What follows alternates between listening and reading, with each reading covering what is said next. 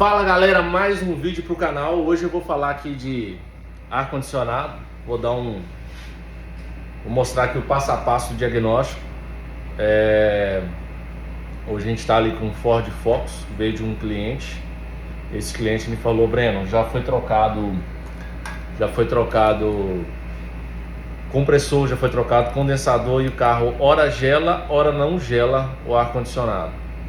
Então assim, o que é importante a gente entender? É importante, eu já falei isso em outros vídeos e vou falar aqui também.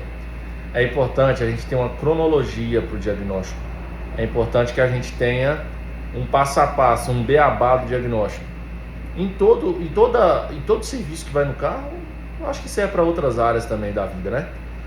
Mas vamos lá, o ar-condicionado, ele assusta muito quando a gente não tem prática nele, mas como qualquer outra parte do carro, ele é bem simples de ser diagnosticado, principalmente quando você não pula etapa.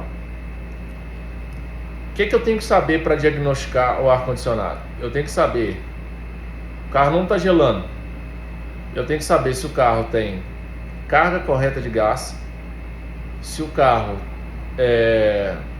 tem uma alimentação,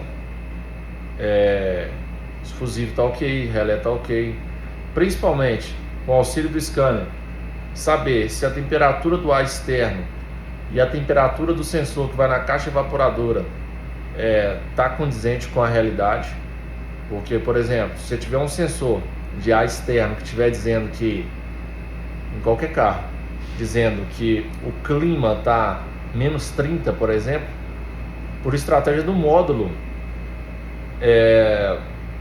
o ar-condicionado não vai funcionar. Não faz sentido ele funcionar se você já tem uma extrema baixa temperatura, entende?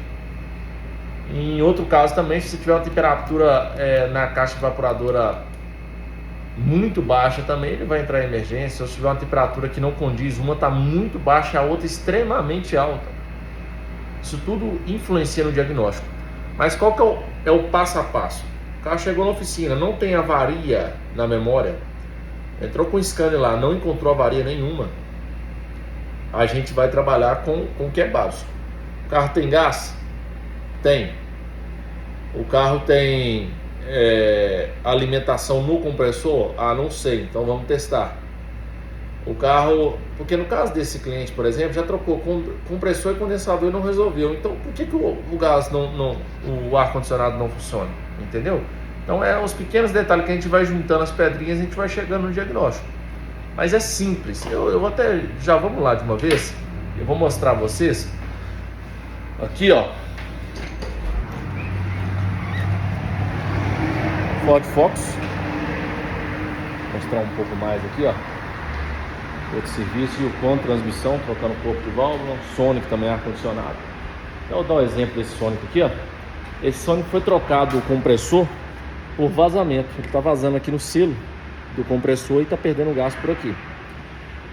Mas assim, o princípio básico do compressor, principalmente esses modelos mais antigos que não tem aquela válvula, é o seguinte: tem que vir um positivo e um negativo aqui na bobina. Tem positivo e negativo, a bobina tem que estar acoplando para juntar a polia de fora com a polia de dentro. Senão a polia de dentro vai ficar girando sozinha e o compressor não vai trabalhar, entende? Então o primeiro passo, conferiu se tem gás. Eu vou lá mostrar vocês. Eu vou vir aqui e vou testar se está entrando positivo e negativo aqui com o carro em funcionamento e com o ar ligado, beleza? Tem positivo de um lado, tem negativo e não está atracando o compressor, a gente sabe que a bobina está estragada. A gente pode substituir a bobina, como a gente pode também substituir o compressor direto. Aí vai de casa a casa. Eu sempre prefiro substituir completo, porque eu acho que se uma coisa já estragou, provavelmente a outra parte do compressor, que tem o mesmo tempo de uso, ela também pode vir a estragar e o cliente perder o trabalho que foi feito, né? Então vamos lá. O carro chegou. Como que eu vou identificar? Fazer o passo a passo. Coloquei o relógio, tem gás, ó. 110 PSI, 110 PSI. O carro tem gás, né? Com o carro desligado. Quando eu funciono o carro, vamos ver se ele vai dar o defeito.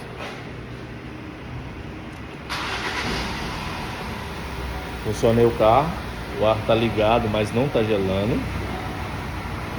tá? Funcionei o carro, é bem simples isso. Vai variar de um carro para outro? Vai. Mas se você entender que quando o carro funcionar, o ar-condicionado tá ligado, o compressor ele vai trabalhar na linha de baixo aqui, ó, entre 30 e 40. E a linha de alta entre 150 e 250. Beleza? Isso não tá acontecendo aqui. O ar-condicionado tá ligado lá. Então o que que eu fiz? Eu fui lá testar primeiro a entrada de corrente do compressor. Lembrando que esse carro não tem avaria. Já foi passado esse cano, não tem avaria na parte do módulo do ar-condicionado. E outra curiosidade também. O carro não atraca o compressor, mas a ventoinha está funcionando. Ou seja, está tudo trabalhando dentro dos conformes, exceto o compressor.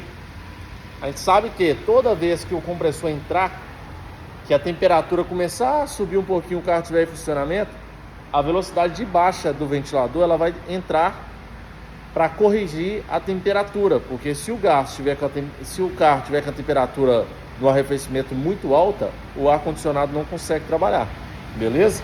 Então o que eu fiz aqui, ó, deitar aqui, vou mostrar a vocês. Eu entrei aqui, o compressor do carro é novo mesmo, vim com a caneta de polaridade e espetei esse chicote aqui, ó. Vamos ver. Ó, já coloquei a mão, ele funcionou. Não sei se está aparecendo aí, ó. Ó.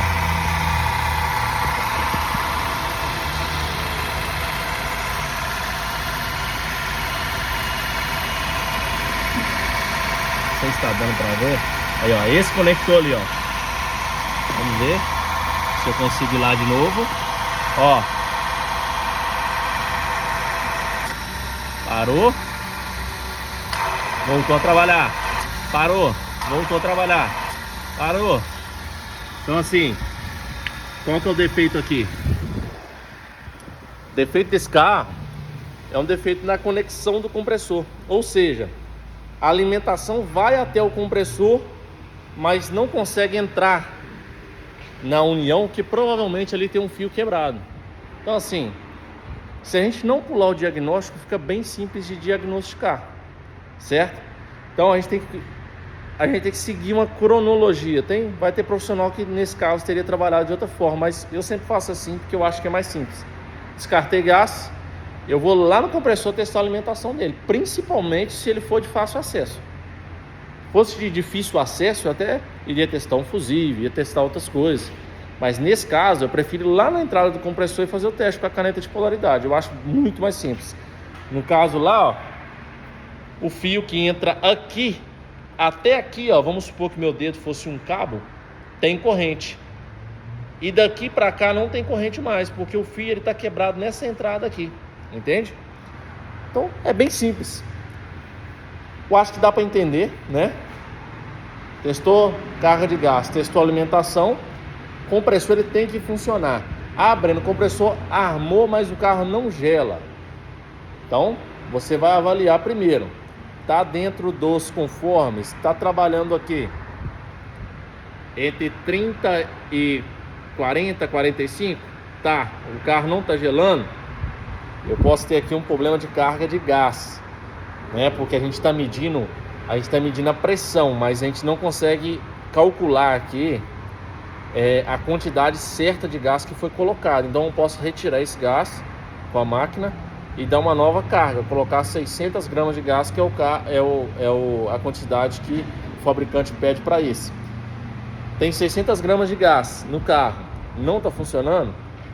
Eu faço muito isso também, né? Independente de testar compressor ou não, a gente vem aqui, ó, põe a mão com o carro funcionando. Essa mangueira aqui ela tem que estar muito gelada e a outra quente, né? Que a gente sabe que o ar-condicionado ele vai trabalhar com a troca de calor. Ali tá gelado e o carro não tá gelando lá dentro, a gente sabe que é um defeito do painel do carro para dentro. Pode ser um defeito naquela porta que regula ar quente e ar frio. Se a porta ela estiver meio aberta para o ar quente vai passar, misturar com ar frio, né? Trazer o ar quente que está lá no motor, vai trazer esse ar e não vai permitir que gele, entendeu? Então a gente trabalha no ar-condicionado assim como a gente trabalha com as outras partes do carro. A gente trabalha com eliminação. A gente vai fazendo o diagnóstico por parte, vai eliminando um por um até chegar na conclusão final. Porque o que a gente não quer? A gente não quer perder tempo e a gente também não quer perder dinheiro. A gente não quer ter um problema com o cliente, né? A gente não quer que ele saia insatisfeito, tá?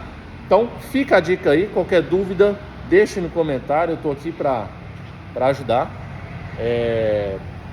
Se tiver algum defeito aí que eu possa, sei lá, dar uma dica, estou à disposição. Um abraço para vocês, deixe seu like, até o próximo vídeo.